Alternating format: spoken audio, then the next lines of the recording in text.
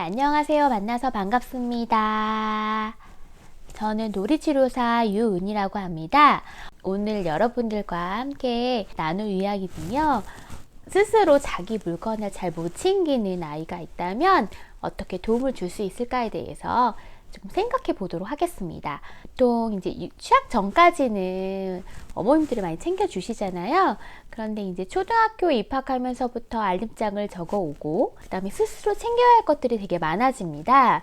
초등학교 입학하고 나서 아이들이 스스로 물건을 잘 챙기는지 되게 걱정하시는 어머님들이 많이 계실 줄로 알아요. 근데 보통은 초등학교 저학년까지는요, 아이가 자기 물건을 잘 챙기지 못한 아이들이 대부분이라는 거예요. 우리가 저학년이긴 하지만 자기 물건을 잘 못 챙긴다고 해서 그것이 꼭 문제가 될 것은 아니다. 다만 이제 저학년까지는 이런 모습을 좀 심각하게 볼 것은 아니지만요. 그러니까 왜 물건을 못 챙기는지 생각을 해보자면 어떤 일을 해내는데 그 조직적으로 해내는 것들이 쉽지 않아서일 거예요. 그래서 이런 것들은 실행 능력이라고 하는 것인데, 이거는 보통 고학년인 아이들, 4학년 이후의 아이들이 또 발달하는 과업 중에 하나입니다. 그래서 초등학교 4학년부터는 대부분의 다수의 아이들한테서 이 실행 능력들이 발달하게 됩니다. 그래서 실행 능력은 머릿속으로 생각을 해서 계획을 세우고 계획에 따라서 그 처리하는 능력입니다. 하나하나씩 순차적으로 처리하는 그 능력들이 아직은 저학년 아이한테는 아직 미발달, 발달되어 가는 과정이기 때문에 굉장히 미숙한 모습을 보일 수도 있겠다라고 생각을 해주시면 될 것 같아요. 이러한 실행 능력이 가능하려면 동시 작업, 즉 멀티태스킹이 가능해야 되겠습니다. 그러면 이 실행 능력을 우리가 키우기 위해서 어떻게 해줄 수 있을까요?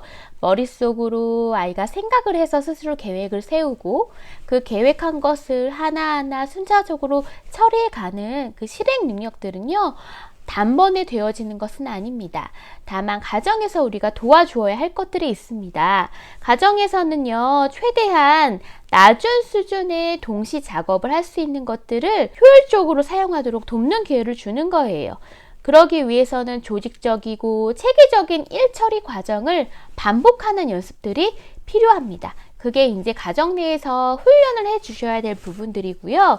준비물 목록을 작성을 하거나 장을 적어 오잖아요. 1번, 2번, 3번, 4번 가장 중요한 순서에 맞게 또 스스로 적어보기도 하고 엄마한테 확인도 받기도 하고 실제로 그걸 한 거에 대해서 피드백도 받기도 하고, 그래서 준비물 목록을 작성을 하거나 또 그림을 활용할 수도 있어요. 머리부터 발끝까지의 모습을 그리거나 실제 사진을 붙여놔서 연상활동, 눈에는 안경, 손에는 신발 주머니, 등에는 책가방, 책가방 안에는 여러 알림장, 여러 소품들, 그 안에 챙겨야 될 것들을 그려 넣는 겁니다. 책이나 숙제 같은 것은 옆에다가 따로 놓고 아이와 함께 하나씩 체크하는 겁니다. 이렇게 하다 반복적으로 숙달이 되다 보면 준비하는 과정이 시각적으로 남기 때문에 준비물을 챙겨가는데 큰 실수를 줄일 수 있습니다. 시각화 기억법이라고 할 수 있습니다. 그 형태의 이미지로 해서 바로바로 즉각 떠오르는 것들. 그렇지만 이거는 단번에 되어지는 것은 아니고 많은 훈련을 통해서 길러질 수 있습니다.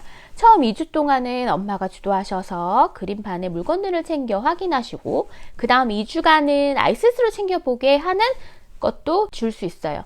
아이 스스로 해보게끔 합니다. 한 달 정도는 반복은 해야 되고요.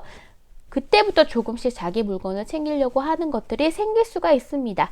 매일 동일한 매뉴얼대로 반복을 할 경우에는 아이들이 내가 연습했던 매뉴얼들이 내면화가 돼가지고 빠르게 혼자 힘으로 해낼 수 있습니다. 저도 생활 속에서 이 시각화 기억법을 활용해서 아이의 실행 능력을 촉진시키기 위한 활동을 했었어요. 예전에 암송 대회가 있었는데 정말 그 몇 장을 막 외워야 되는 부분들이 있어요.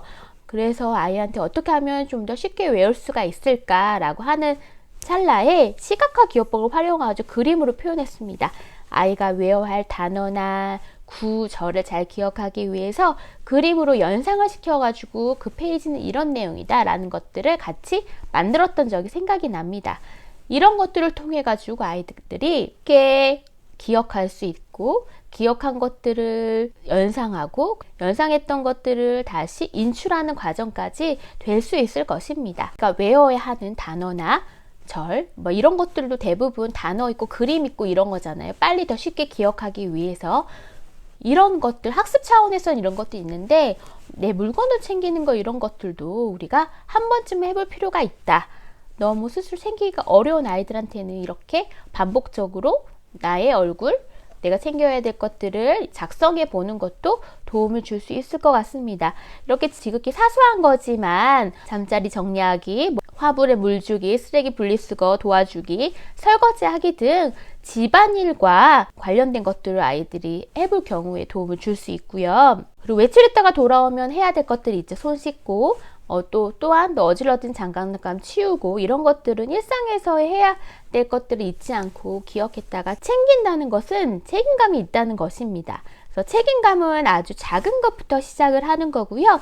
처음부터 큰 책임감을 질 수는 없어요. 어린 시절 작은 책임감부터 경험했던 아이일수록 그 책임감을 진다는 것들이 이해가 있을 겁니다. 가정 내에서 그 어린 시절부터 아이 스스로 책임감 있게 할 수 있는 것들, 그 중에 하나가 자기 물건 챙기는 거잖아요. 그런 부분의 큰 의미에 대해서도 이야기해 주시면 좋을 것 같습니다. 책임감은 아주 작은 것부터 시작하면 되고요. 그렇기 때문에 이제 저도 저희 아이들한테 스스로의 물건을 챙겨오는 거, 만약에 챙기지 못한 경우에는 다시 찾아오는 거, 잃어버렸을 때는 바로 사주지 않고 그래도 너가 나름 찾으려고 어떤 노력들을 했었는지 같이 나누고, 또 정말 그렇게 했음에도 불구하고 못 찾게 되는 경우에는 어떻게 하면 안 잊어버릴지, 만약에 다시 사주게 되면 안 잊어버리게 될지, 그런 것들을 다시 또 나눠볼 수도 있을 것 같습니다. 우리의 요새 아이들이 굉장히 많이 풍족하다 보니까 내가 하나 잊어버려도 챙기지 않아도 주변에서 다 챙겨주고,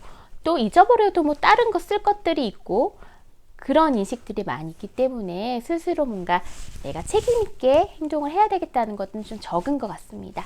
가정 내에서도 스스로 해야 될 것들, 그 다음에 스스로 챙겨야 될 것들, 그다음 챙길 수 있는 노력들을 같이 생각을 하셔서 아이 스스로 자기의 물건에 대한 애착도 경험하면서 내가 생각한 대로 계획한 대로 일을 처리하는 우리 아이들이 되는데 조금이라도 도움이 주는 부모님의 역할들을 보여주시기 바랍니다. 자, 이것으로 심리 스토리를 마치겠습니다. 다음번에는 더 좋은 이야기들로 찾아뵙겠습니다.